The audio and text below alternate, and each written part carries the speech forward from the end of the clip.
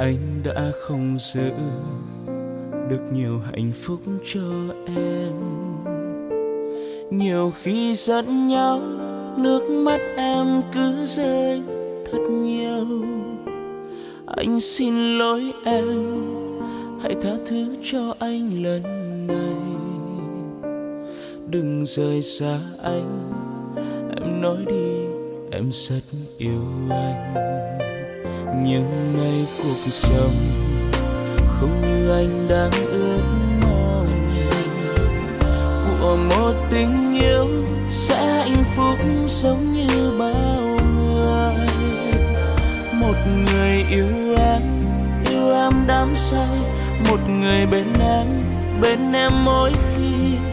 Mà giờ đây nước mắt anh đã rơi rồi. Thật ra anh đâu có muốn chia tay như vậy. Người yêu em ơi, anh lại nhớ em đang ở đâu. Bàn tay nhỏ bé, khuôn mặt ấy sao lại đổi thay để anh nơi này. Ngoài trời mưa cứ rơi lặng thầm, chỉ còn riêng anh. Thật sự nhiều khi muốn nhắn tin gửi cho em nhiều, lại sợ người ơi đang hạnh phúc vui bên một ai. Tình yêu đã chết, hai người giữ mai này chúng ta có duyên gặp lại. Thì anh vẫn luôn luôn yêu em như lúc mới yêu.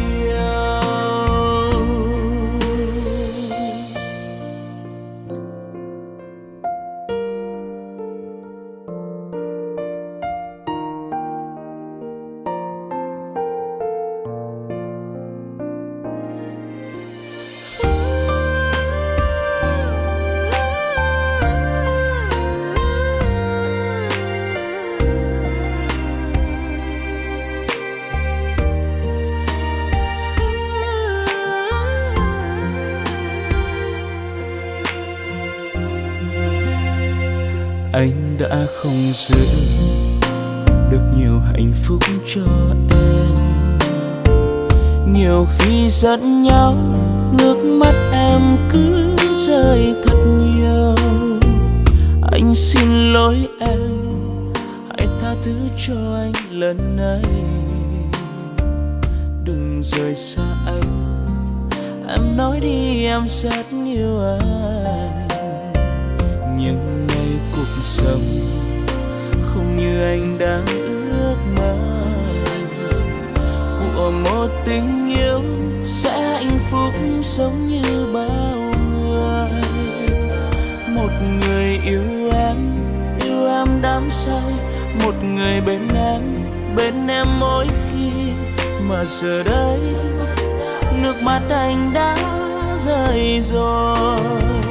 Thật ra anh đâu có muốn chia tay như vậy. Người yêu em ơi, anh lại nhớ em đang ở đâu. Bàn tay nhỏ bé, khuôn mặt ấy sao lại đổi thay để anh nơi này. Ngoài trời mưa cứ rơi lặng thầm, chỉ còn riêng anh. Thật sự nhiều khi muốn nhắn tin gửi cho em nhiều, lại sợ người ơi đang hạnh phúc vui bên một ai. Tình yêu đã chết, hai người giữ mai này chúng ta có duyên gặp lại. Thì anh vẫn luôn luôn yêu em như lúc mới yêu.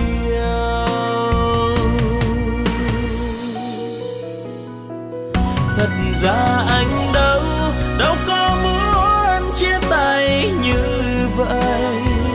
Người yêu em ơi, anh lại nhớ em đang ở đâu. Bàn tay nhỏ bé, khuôn mặt ấy sao lại đổi thay để anh nơi này. Ngoài trời mưa cứ rơi lặng thầm, chỉ còn riêng áo. Nhiều khi muốn nhắn